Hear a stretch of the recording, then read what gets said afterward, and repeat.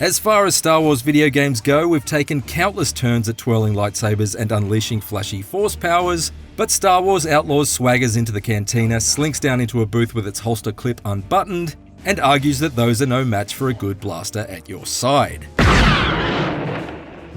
This open world, or rather open worlds action game features a level of gun battles and broken promises befitting the legend that is Chewbacca's best mate. However, Star Wars Outlaws essentially delivers a Han Solo-like experience in both good and bad ways. It has some handsome looks and a strong sense of adventure, but it's also somewhat scruffy around the edges and is liable to let you down from time to time.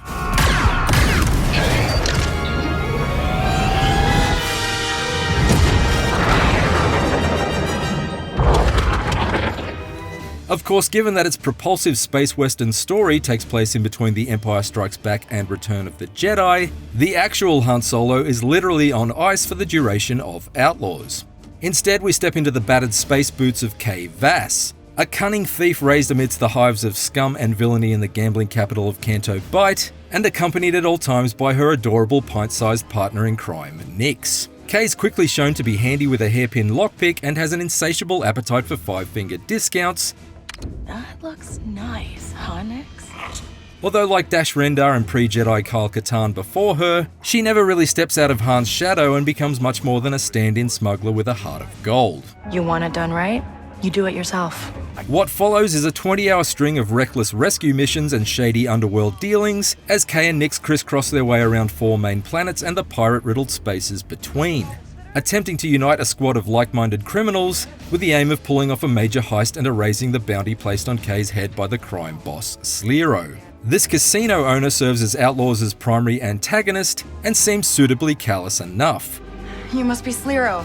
Your friends abandoned you. But is neither as outright evil as Emperor Palpatine, nor as quietly menacing as Grand Admiral Thrawn, and is kept at a distance for the most part and only ever encountered in the occasional cutscene. You're gonna have to do better than that.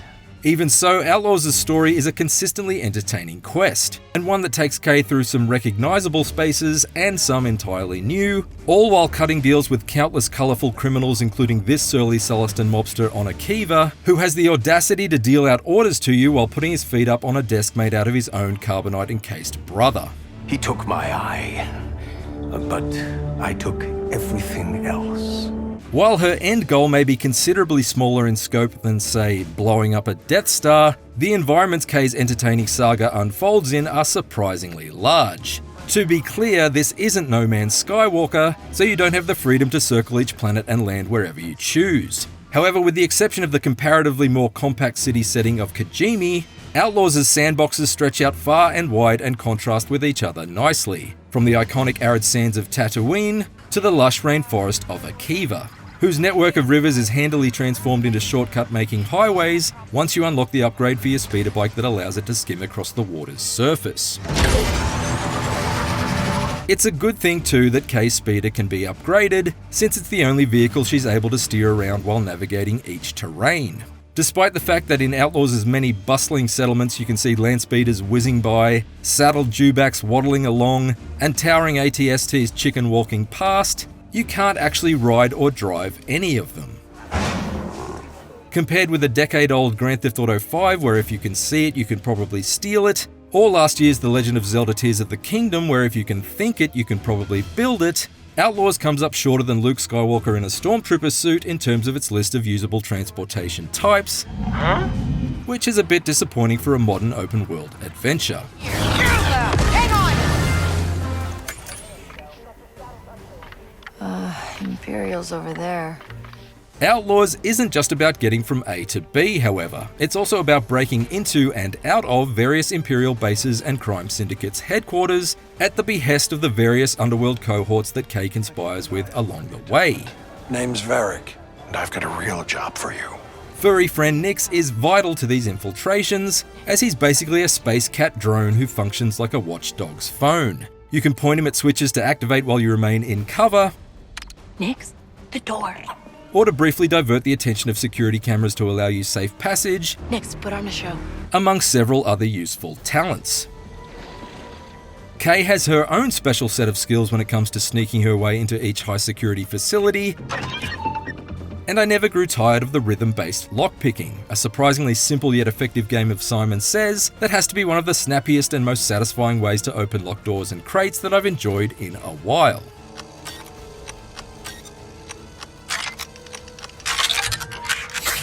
Overall, however, Outlaws' stealth is markedly uneven. What are you doing? You've alerted the station!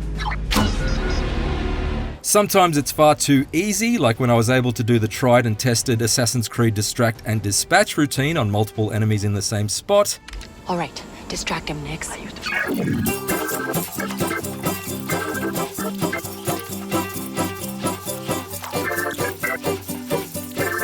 Yet at other times it was wildly unpredictable, like when I'd somehow trigger an alarm performing a stealth takedown, even though it appeared that no one else was around.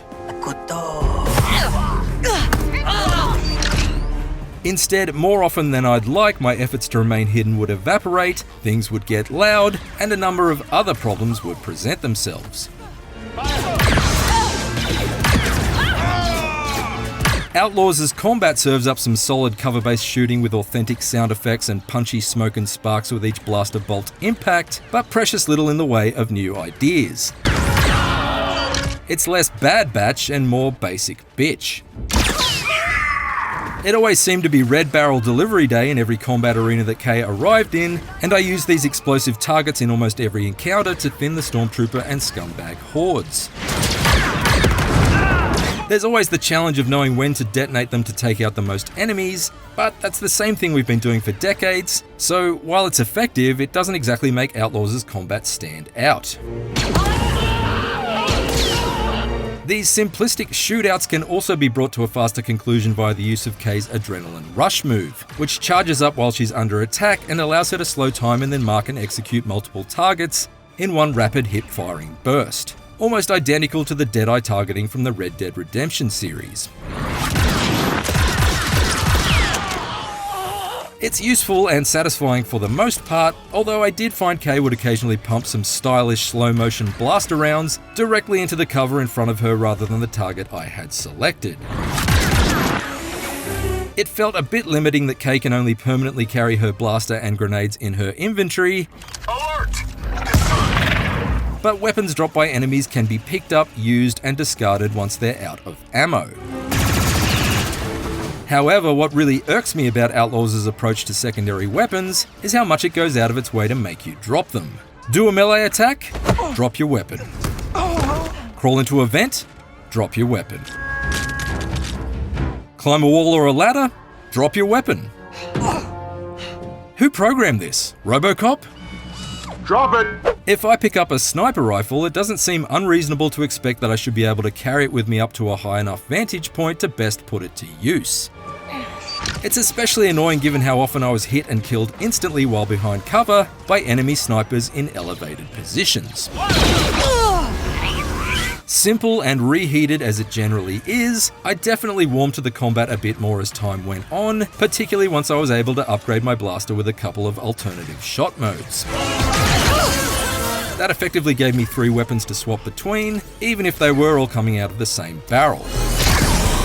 Still, at no point did this combat system ever feel as flexible or as fun as the best games in Ubisoft's own Far Cry series, and fights started to feel pretty repetitive, outside of the rare encounter with probe droids or the one-off scrap with a Rancor. Having said that, I'll take the basic on-foot combat in Outlaws over its awkward speeder bike fights any day. Since this is Star Wars, Outlaws also features space combat, and rarely could I ever emerge from a lightspeed jump in Kay's Trailblazer ship and not crash headlong into a dogfight that felt authentic to the films. You know, it'd be nice to visit a planet that isn't a war zone once in a while. Slinking off to bully some TIE fighters did offer a nice way to blow off some steam every once in a while, as a break from all the face-to-face skullduggery down on each planet's surface.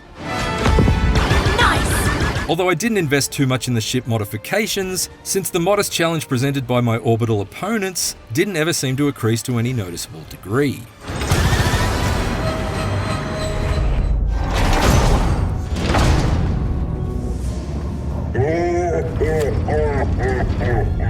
Jabba, right? One of Outlaws' most interesting and novel features is its syndicate system, which reminded me of the reputation system used in The Outer Worlds. Basically, you can't really complete a quest over the course of the campaign without pissing off one of the 4 main crime families in order to please another. You want to, make a move? Cozying up with one cartel might get you cheaper prices at a merchant you're on side with. How about you let me take this off your hands and I'll throw in a good word for you? But it'll also rob you of the ability to move about freely within the headquarters of another gang you've slighted. Hey, you got anything interesting in the back? Do I know you? It's worth pointing out that this isn't Mass Effect. None of the numerous decisions I made seem to make a significant difference to the overall outcome of the story, but they did effectively make me feel like a truly dirty, rotten scoundrel as I continually reevaluated my allegiances in each deal I made so that it would best suit whatever my motives were at the time. Okay, Manda. You got a deal. For example, before I started exploring the surface of Tatooine, I made sure that I'd worm my way into the good graces of the Hutt Syndicate, since Jabba's goons control large swathes of its map, and I wanted to ensure that I could explore it thoroughly without drawing too much unwanted heat. Being able to explore unimpeded is paramount because Outlaws does such a great job teasing you with secrets to find, or opportunities to pursue, in an extremely organic way as you move through its 4 main worlds. I found 2 perfectly good converters in the alley behind the club. Almost every cantina conversation I eavesdropped on or discarded datapad I read pointed me towards some new treasure to seek out or gambling tip to take advantage of, and it always felt like I was gleaning some illicit information rather than just being spoon-fed chores to complete, as is the case in so many other open-world adventures. He hangs around the back alley next to the market. Where Outlaws' quest design really excels, though, is in taking seemingly innocuous side objectives and spinning them out into exciting, multi-staged adventures that regularly took me by surprise. Like when a simple trip to collect a certain object in Mos Eisley took a series of sharp twists and turns, and suddenly I was sliding deep into the bowels of a Sarlacc pit, We're going in next! and then thrust straight into an exciting escape from a huge sandworm. It's the lively left-turn stretches like these where Outlaws really shines, by stringing together countless Star Wars references and Uncharted-style moments of spectacular action and adventure, and there are plenty of quests like this that I've undertaken, and likely many more that I haven't even found yet.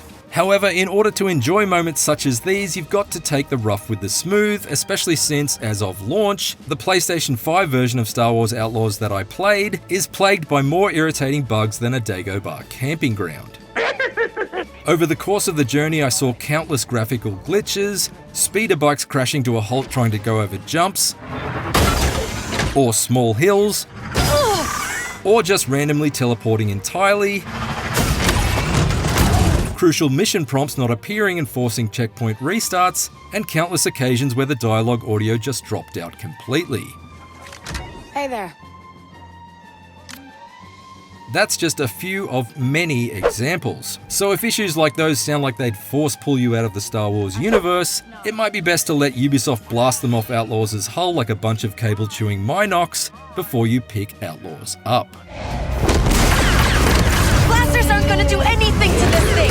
It's ironic that Kay's ship is called the Trailblazer, since there's actually not a whole lot of ideas in Star Wars Outlaws that haven't been done in other action and open-world adventures. Instead, it's quite like the Millenium Falcon, a bucket of bolts held together with repurposed parts and prone to breaking down. But at its best, it's more than capable of jolting your pleasure centers into Star Wars fan hyperspace. A clever syndicate system brings real weight to almost every task you choose to undertake, some of which have truly creative quest designs that can often conjure up some genuinely stunning blindsides. Having a pal like Nix at your side the entire time not only adds an extra dimension to Kay's fairly generic smuggler character, but also gives her an enhanced set of abilities. But even he can't quite make Outlaws' stealth and combat feel any less rigid or repetitive, and the odds of avoiding the many glaring technical issues present at launch is approximately 3,720 to 1. Never tell me the odds. Okay, fair enough. For more IGN reviews, check out our verdicts on Black Myth Wukong and Fallout London, and for everything else, stick with IGN. Let's get out of here, ND5. Acknowledged, Kay.